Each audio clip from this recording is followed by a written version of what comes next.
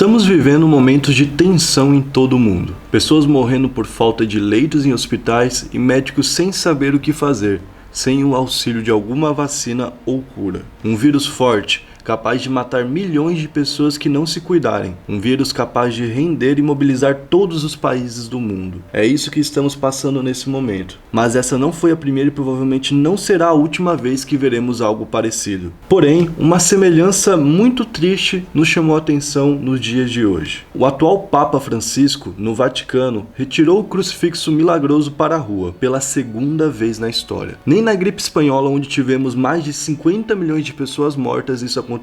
Nem mesmo na Primeira Guerra Mundial ou na Segunda. E isso assustou muitas pessoas. A primeira vez que o mundo viu esse ato foi durante a Peste Negra, onde o Papa da época havia colocado a cruz para fora para salvar as pessoas com orações. E agora, pela segunda vez, durante a pandemia do coronavírus, o Papa replicou o gesto mais uma vez. Hoje no canal falaremos sobre o crucifixo milagroso e a Peste Negra.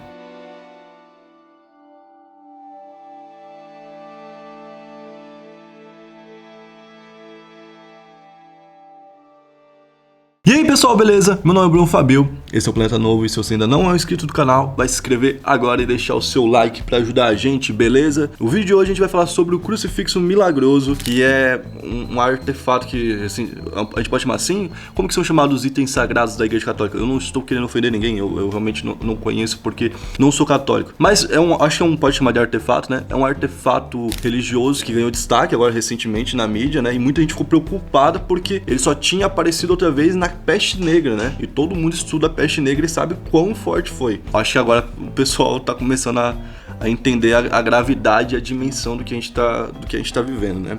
Bom, como o crucifixo se tornou um crucifixo milagroso? Primeiramente, eu acho que é a primeira coisa que a gente tem que explicar, né? Em 1519, muito antigamente, teve um incêndio em uma igreja que tem lá em Roma, uma igreja chamada San Marcello al Corso. Essa igreja, ela ardeu em chamas, tipo, ela foi totalmente tomada pelo fogo. Na outra manhã, toda Roma tinha visto que estava vindo fumaça de lá, né? Todo mundo foi até o local para ver o que tinha acontecido. Chegando lá, estava tudo destruído, menos o crucifixo milagroso, que ele estava em pé, intacto, sem ter pegado fogo nem nada. Na época, todo mundo que viu já começou a gritar, milagre, milagre, é um milagre, e foi colocado que realmente foi um milagre. Então foi o único milagre até hoje atribuído ao crucifixo, certo? Esse milagre fez as pessoas ficarem realmente próximas desse crucifixo. Depois disso, toda sexta-feira as pessoas iam até lá e rezavam em frente a esse crucifixo, pedindo bênçãos e pedindo melhorias. Só que algum tempo depois, não muito tempo depois, em 1522, outro problema tinha assolado ali Roma, que era o local onde ficava a igreja,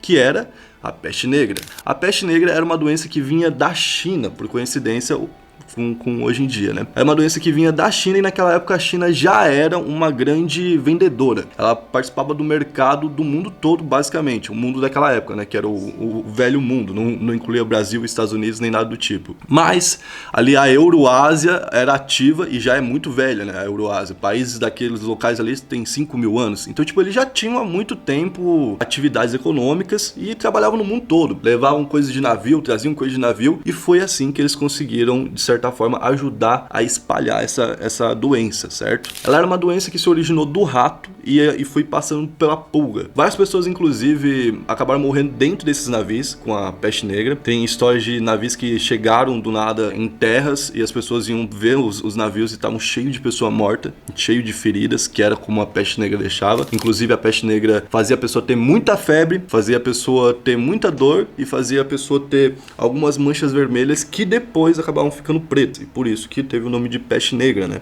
Então, através dessa expansão da China na época mercadológica, com os navios, ela ajudou, de certa forma, a espalhar a Peste Negra. E ela foi espalhando com o tempo. Isso porque a Peste Negra surgiu em 1330. Então a gente tá falando de 2 séculos depois, tá ligado? Na verdade, isso mostra o quão...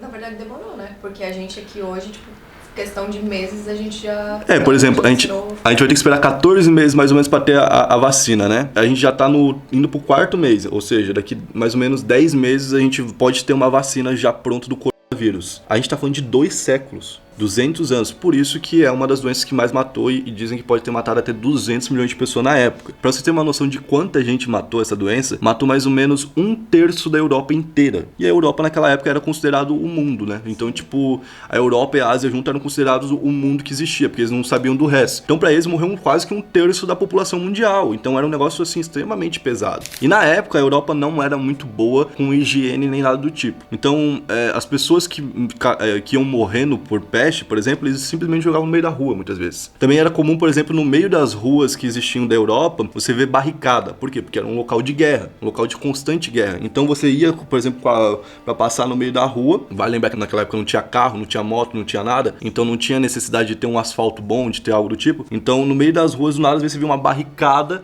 E nessa barricada, dali pra frente, tinha pessoa morando naquela rua. E tinha pessoa que cagava ali mesmo, enfim, deixava ali, morava ali do lado do cocô. Então, tinha muita gente que vivia de uma forma bem nojenta ali nas ruas, onde eram as favelas da época da Europa. E essas pessoas acabavam que contraíam doença de uma forma bem fácil. Então, tipo, não era só... Não tinha só a peste negra como problema. Tiveram várias doenças com problema. Muito tempo depois, isso foi ser corrigido lá em 1800, quando alguns arquitetos aí um pouco mais espertos perceberam que isso era um problema de saúde. E aí, em Paris, eles investiram pesado para reformar toda Paris. Inclusive, hoje em dia, você pode até passear dentro de um esgoto de Paris. Hoje é o contraponto daquilo, certo? Mas, focando na parte da peste negra, eles iam lá e jogavam os corpos nas ruas, muitas vezes. As pessoas que estavam mortas e as pessoas que estavam para morrer também, muitas eram isoladas realmente. Não como agora. As pessoas eram obrigadas a ficar, tipo, em caverna, obrigadas a ir pro meio da floresta para sobreviver lá. Porque se você tivesse peste negra, você não podia estar perto de ninguém, certo? Essa doença acabou chegando em Roma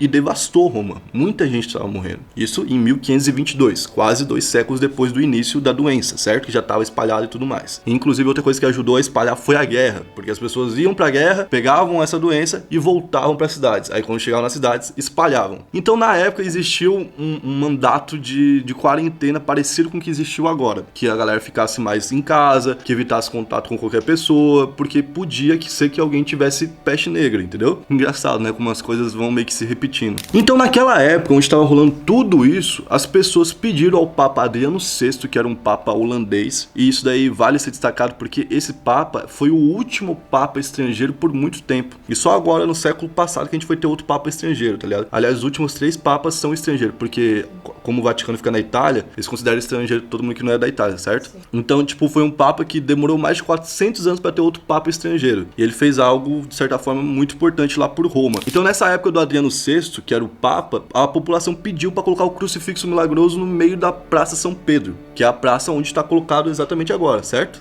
E aí as pessoas, além de colocarem na Praça São Pedro, saíram às ruas, que não era muito indicado na época, mas saíram e fizeram uma procissão milagrosa, que eles foram levando de local em local essa cruz, a pé mesmo, andando e carregando ela, certo? As pessoas fizeram isso por 16 dias seguidos. E depois de 16 dias, eles levaram de volta a cruz até a Praça São Pedro, onde a cruz ficou por um tempo. Depois que a cruz foi retirada da Praça São Pedro e foi colocada de volta dentro de uma igreja, a peste negra já tinha passado em Roma, e a peste negra tinha acabado. Então as pessoas atribuíram muito a essa cruz, o crucifixo milagroso, né? Que teria acabado com a peste negra em Roma na época, tá ligado? Eles já teriam, tipo, mais um milagre, no caso. Mas esse não é oficializado. É dado a essa cruz o mérito de ter ajudado no combate da época, mas ele não é dado como milagroso por conta disso, certo? Na época também foi feita a mesma oração que foi feita agora, que é a oração Urbi et Orbi. Se você for católico e eu falei errado, me perdoe, certo? Que significa em latim da cidade ao mundo. Seria mais ou menos algo que é uma oração não só pela cidade de Roma, mas pelo mundo todo. E foi uma oração feita contra a peste negra e foi uma oração feita contra o corona agora, certo? Inclusive, eu vou ler uma parte da oração que o Papa deu que eu achei muito impactante. Não ouvimos o grito dos pobres e do nosso planeta gravemente enfermo. Ou seja, a gente meio que não deu importância para a fome e para o desmatamento e para todo o problema que a gente está causando no mundo, né? Avançamos destemidos, pensando que continuaríamos sempre saudáveis no mundo doente. Agora nós, sentindo-nos em mar agitado, imploramos-te. Acorda, Senhor. Caralho, tipo, é bem forte mesmo.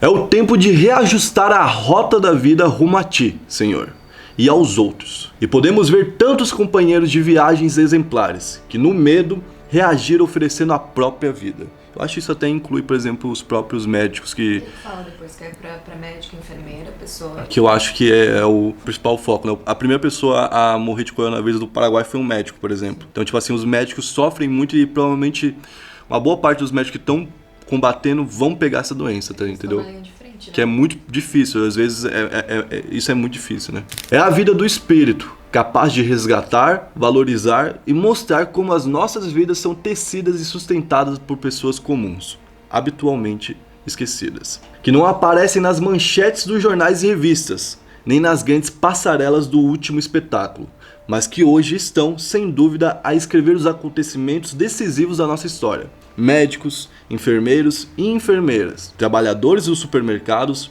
pessoal da limpeza, curadores, transportadores, forças policiais, voluntários, sacerdotes, religiosos e muitos, mas muitos outros que compreenderam que ninguém se salva sozinho.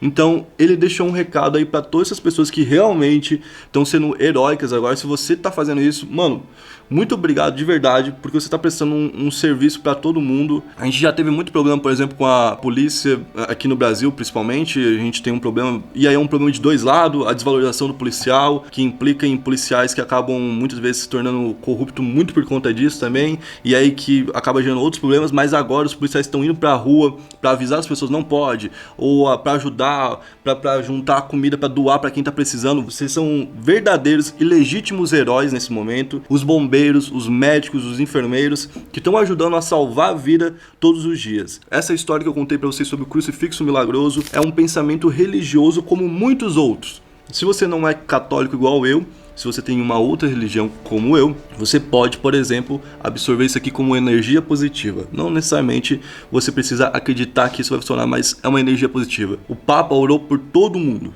Ele fala isso, ele orou por todo mundo. Ele não orou só por Roma e nem só pelos católicos. Ele jogou a bênção sobre o mundo, esperando que a doença passe. Eu prefiro acreditar que passará assim, prefiro ter fé e acreditar que isso possa ajudar e que dê certo daqui pra frente, que um menor número de pessoas morra. Quando a gente tá fazendo esse vídeo aqui agora, no dia de hoje, já morreram mais de 22 mil pessoas, né? E já tem mais de 500 mil de pessoas infectadas no mundo todo. Então daqui a pouco esse número já não vai ser atualizado, não vai servir, mas eu espero que não seja um número que cresça muito além disso. Bom, esse foi o vídeo de hoje, espero que vocês tenham gostado. Se você gostou, deixa seu like aqui no canal, se inscreve e aqui embaixo tem uma playlist de vídeos religiosos. E é mais ou menos igual esse aqui, tá? Eu não fico lá falando, pelo amor de Deus, acredite em Deus, nem nada do tipo. Eu conto a história que aconteceu e é um vídeo assim mais de história mesmo, certo? É nóis, deixa seu like, até a próxima.